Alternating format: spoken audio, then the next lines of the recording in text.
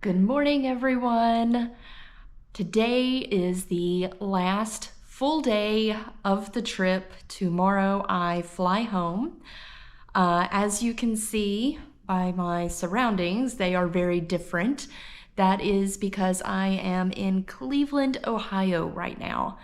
Yesterday morning, I got up, I finished packing all of my stuff, and I went to the corner bakery, got some breakfast, and then I checked out of my hotel room.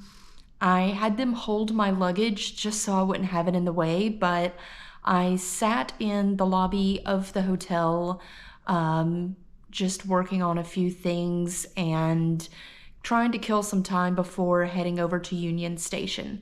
I could have waited in Union Station, but there's not as much seating. It's not as comfortable. It's crowded. I would have to constantly be watching my luggage and stuff. So I figured it would be better to stay at the hotel, and they were nice enough to let me basically just chill in the lobby for a few hours. I went over to Amtrak Union Station about an hour and a half before my departure time, and I ended up getting some lunch there, and the train was supposed to leave, I believe, at 4:05, and the gate did not get announced until like 10 minutes before, so everyone went running over to the gate. We ended up leaving the station several minutes late because it took forever for everyone to get on board. This train was a little different in that you walked up to the worker there and they asked where you were going as your final destination, and then they gave you an assigned seat. The other one going to DC let you kind of pick your own seat. Luckily, I got a window seat so I could get some footage that I wanted to share with all of you. Now, the train ride goes from DC, it starts in DC and goes all the way to Chicago. Since I have already been to Chicago, I decided to stop it off early in Cleveland. But there were quite a few people going to Chicago on the train. Like I said, the train left at 4:05 and it arrived in Cleveland late. It was about 3:30 in the morning that it arrived. And there was only one fresh air stop, or smoke stop, whichever way you want to look at it. And that was in Pittsburgh, which was about 2.5 hours before Cleveland. So between 4:05 in the afternoon and a little after midnight, there was no fresh air. And I was getting very anxious, just because you want some fresh air. You want to be able to get up and walk around. When we did get off at the stop, there were several of us that were really complaining about our legs swelling. One of the purposes of the fresh air stop is not to just get fresh air or to let the people who smoke. It's also to let people get up and walk around, because when you're sitting for so many hours, your legs swell.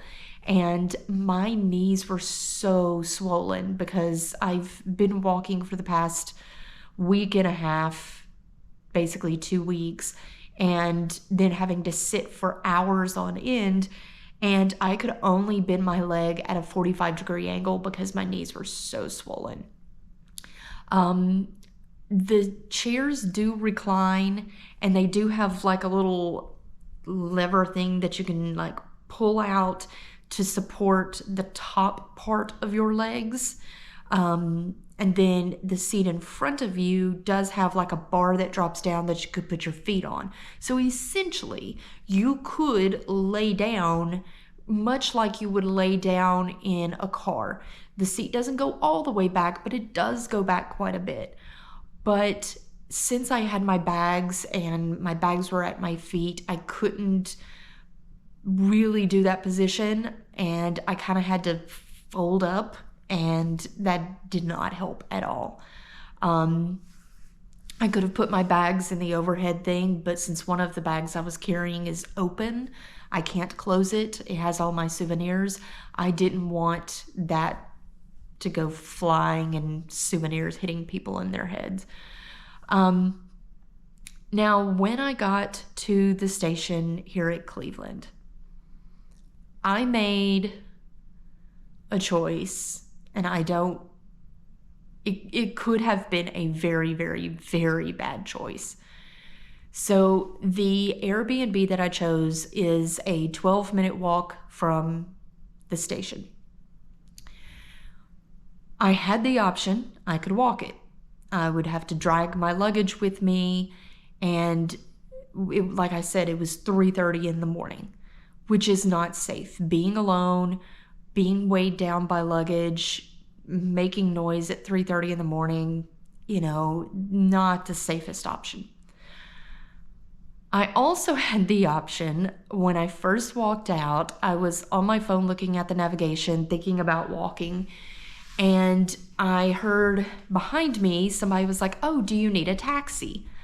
And I was like, "Yeah, a taxi would be nice. I mean, it's right there." It was two older gentlemen. One was in a vehicle, one was standing outside the vehicle. And they were like, where are you going? I gave them the address, and then the two of them started not arguing, but going back and forth about where the place was located. And I'm thinking, okay, do you not have navigation? Like, if you're taxi, how do you not know where to take me? So I almost backed out of doing the taxi and just saying, I'm going to walk it, or requesting a Lyft or Uber. And then finally the one gentleman was like, "Oh, yeah, I know where it's at."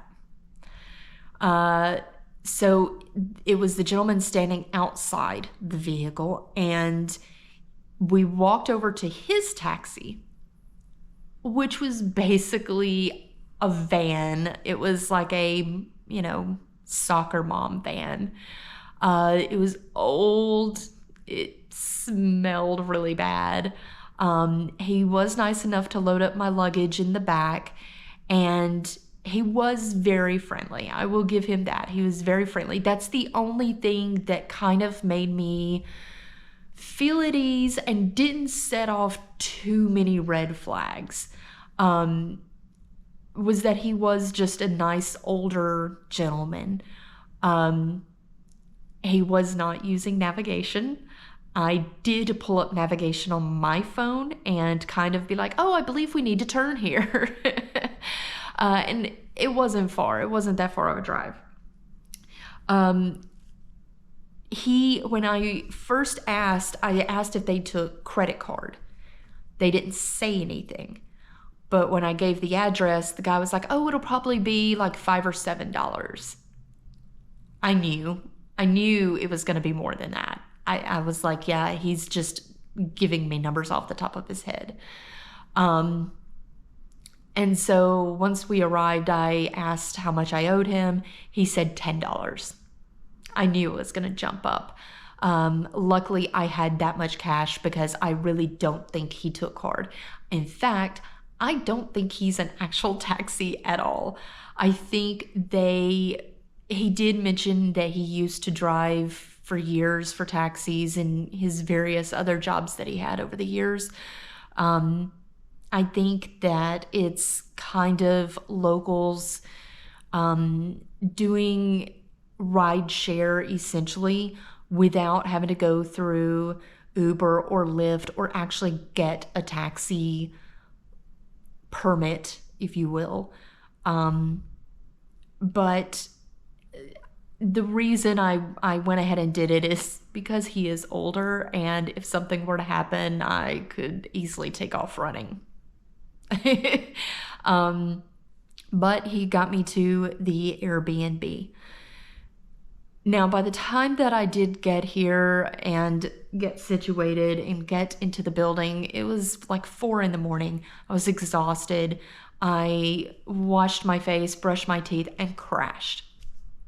However, I did find a lot wrong with this Airbnb, and tonight I'm going to shoot a video reviewing this Airbnb, and you definitely want to watch that video. I will post it later, but yeah, this place is not the best, to say the least. I will give 1 star for location, but that's about it. I know it looks, all nice and stuff behind me, but you'll see. So you definitely want to watch that video.